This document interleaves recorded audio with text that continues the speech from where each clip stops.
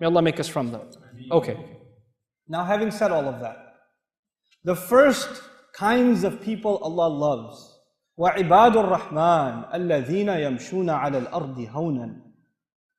The special slaves of Ar-Rahman, the ones who walk around on the earth, they hang out, they go for a walk. I know you don't walk much outdoors here, so they're walking in the mall, they're walking at the airport, they're walking by the beach, they're taking a walk. And by the way, just because it says yamshuna, it doesn't just mean they're walking. يعني يقودون سياراتهم هونا. They're driving their cars also, right?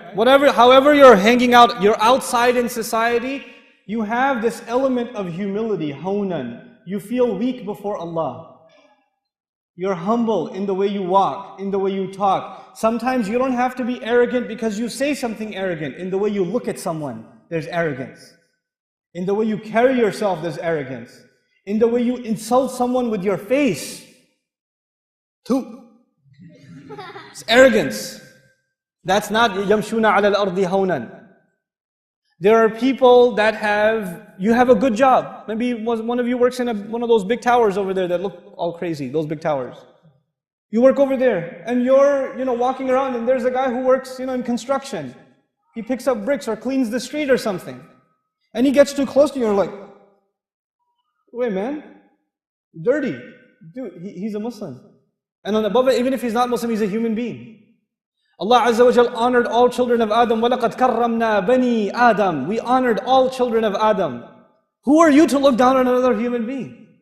Allah says people that are special to Allah, they have humility when they walk. يَمْشُونَ عَلَى الْأَرْضِ هَوْنًا. But then how do you know if you're humble? How can you check? Is there a litmus test? Yes, there is a test. And Allah gives us the test in the ayah. If you're asking yourself and I'm asking myself, am I humble or am I arrogant? How would I know? Well, here's the test. وَإِذَا خَاطَبَهُمُ الْجَاهِلُونَ قَالُوا سَلَامًا.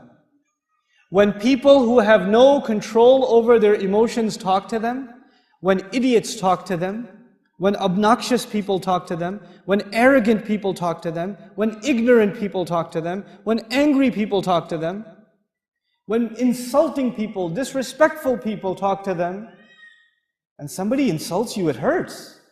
When somebody talks to you badly, it hurts. But Allah calls all of those people jahilun. Jahil actually in Arabic is the opposite of aqil. Jahil means someone who has no control over their emotions. A bad word comes in their mind, it comes out of their mouth. They don't think about it. So you're driving in the streets of Qatar, and some guy cuts you off, and you honk your horn. And he stops his car, and he gets out of the car, and he's at you. And you're like, oh yeah? I'm going to show you. And you start responding back. Wait, hold on. وَإِذَا خَاطَبَهُمُ الْجَاهِلُونَ قَالُوا سَلَامًا. Hey, salam man. Assalamu alaikum. Okay, sorry. You're right. I'm wrong. Go. You have to learn to do that. And if you can't do that, then you are disqualified from category number 1. You want to be in category number 1, and you will. Allah does not say if you see, if ignorant people talk to you, if obnoxious people address you. Allah says when.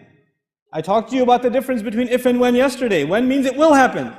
If means it might happen. Allah says there's no possibility percentage it might happen to you, it might not happen to you. It will happen to you. It will happen to you. It happens to me all the time. All the time. I was at a masjid, not over here in America, I was at a masjid, and I was sitting talking to some board members about some program I wanted to do, and a brother walked in and he heard that I wanted to teach Arabic. He was an Arab fellow, he was an Egyptian fellow, and he heard that I wanted to teach Arabic. And he's like, you teach Arabic? And I was like, yeah, a little bit. And he said, where are you from? I was like, Pakistan. And he said, oh yeah? And he took out a napkin, and he said, write the alphabet for me. So I wrote down the English alphabet for him. And he said, you see, you don't know Arabic. I was like, yeah, you're right, I'm sorry. And then he started teaching me the alphabet, 30 minutes. I sat there and I learned the alphabet with him. And then he had to go, and then he left. And that night, That night, at the same masjid, they asked me to give a lecture, the importance of learning Arabic. If you go on YouTube and you search how to learn Arabic and why learn Arabic, why study Arabic, that lecture was at that masjid. And that guy was in the first row, smiling at me the whole time.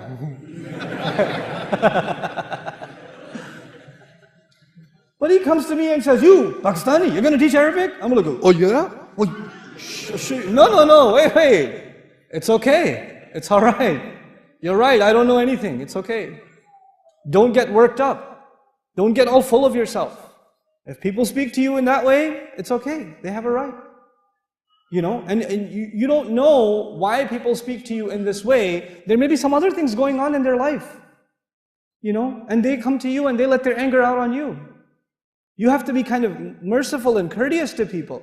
They were women. They were men that came to Rasulullah sallallahu alaihi wasallam and started yelling at him. From the Badu. They were Muslims. They started yelling at him. And you know, and the Prophet ﷺ didn't get upset. He just calmed them down. The Sahaba would have killed them. He said, "No, relax. Let him, just peace." You know, this is a sunnah of the Prophet ﷺ. When people say things that make you angry, you just gotta calm down. And by the way, guys, men over here, your wife will say a lot of things that make you angry, boy. Oh, ho, ho, ho, ho, ho, ho. And when you hear that, you don't say that she's jahil, but you do say salam. Just be quiet. Don't talk back. Sisters upstairs, ladies, your husbands will say things that will boil your blood. Oh my God, you will get angry. And Allah has given you a special power. I have 3 sisters, I have a wife, and I have 4 daughters. I know girls have special powers. And their superpower is they can answer you in a way that will like stab you in the heart. Oh my God, they have the most amazing answers.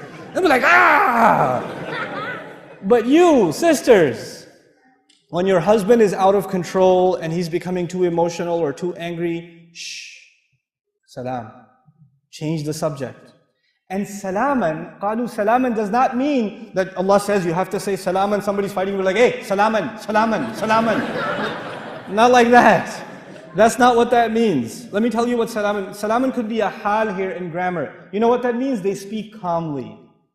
They don't just say the word salam, they speak calmly. They speak peacefully. They speak in a way that disarms, that doesn't make you angry.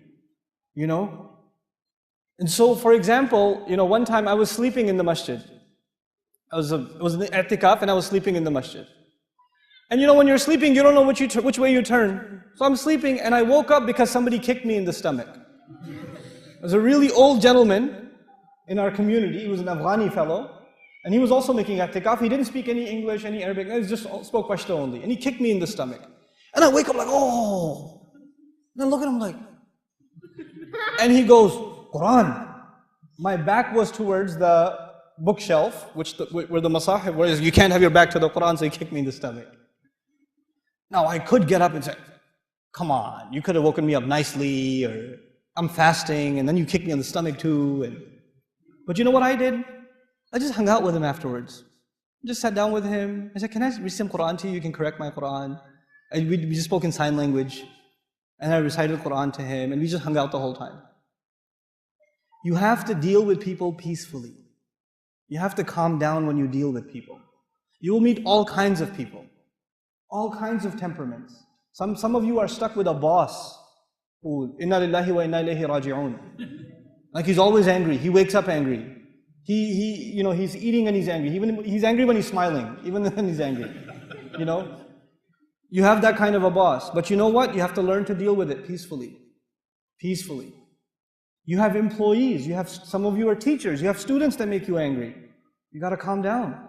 You can't get angry in the classroom. Rasulullah sallallahu alaihi wasallam we were told, Inni bu'ithtu mu'alliman. He says, I was sent as a teacher. He's sent as a teacher. He never got angry at people. Never. You know? His servant is telling us that he lived with him, and he never told him, why did you do this? Why didn't you do this? The entire time. SubhanAllah. And that's your slave. That's not even your employee. That's your slave. And why is it important? Because the next time you have to force yourself to be humble and calm things down and not respond in anger, then you tell yourself, I'm doing this because I want to be from Ibadur Rahman. وَإِذَا خَاطَبَهُمُ الْجَاهِلُونَ قَالُوا سَلَامًا. This is category number one. Category number one. People who can control their anger. People who can control their pride. People who can let go of their ego and just diffuse a situation. Even if they're right. Even if they're right, they just say, it's okay, it's not worth it. It's not worth the fight. You know? قَالُوا سَلَامًا. I'll tell you an interesting story of Imam Abu Hanifa rahimahullah. Imam Abu Hanifa, obviously, a great faqih of his time, and then after, people are coming to him for fatwa all the time, and his mother had a question. And she asked a question, so he told her the answer, and she said, you don't know anything. Your mother can say that to you, right? I'm going to go ask that one over there. And that guy that she wanted to go ask, he was a da'i. He wasn't an alim, he was a da'i. Da'i means he can give people a reminder, he can tell people about taqwa, but he doesn't know about fiqh or sharia or anything like that. So his mother goes and asks him, and he says, let me do some research, I'll get back to you. And he comes back to who? Abu Hanifa. He's like, hey, your mom came over and she was like, she had a question. And he's like, okay, here's the answer, but don't tell her I told you. Right? Sometimes you will have people in your own family that don't like hearing from you. Maybe you became closer to the deen, but they're not that close to the deen. And that makes you angry. It makes you angry that some women in your family don't wear hijab. It makes you angry some young men in your family don't pray. You get mad at them. No, don't get angry at them. Speak with them peacefully. Speak with them calmly. Your anger will only take them further away from deen. They won't bring them closer. You have to have a soft heart towards those who are not there yet. You were not praying 5 times a day. There was a time when you weren't like that. If somebody spoke to you angrily, would you start praying or go further away? Think about that. Think about that. Allah softened your heart, so you wait until Allah softens theirs, and you have to be soft to people. I remind people that Allah Azza wa Jal told Musa alayhi salam to be nice to Fir'aun. To be nice to Fir'aun. Fir'aun tried to kill Musa alayhi salam when he was just a baby. Fir'aun killed thousands of babies every year. He called himself God. There are so many reasons to hate Fir'aun. And Allah says, when you go to him, وَقُولَ لَهُ قَوْلًا لَيِّنًا. If you have to be nice to Fir'aun, what about your wife? What about your husband? What about your children? What about your cousins, your brother, your uncle? These are the people that make us angry. These are the people. Family makes you really angry, I'm telling you. I know. Siblings make you angry. And these are the people that deserve the most soft responses from us. We have to change the way we behave with them. This is قَالُوا سَلَامًا. Okay, this is category.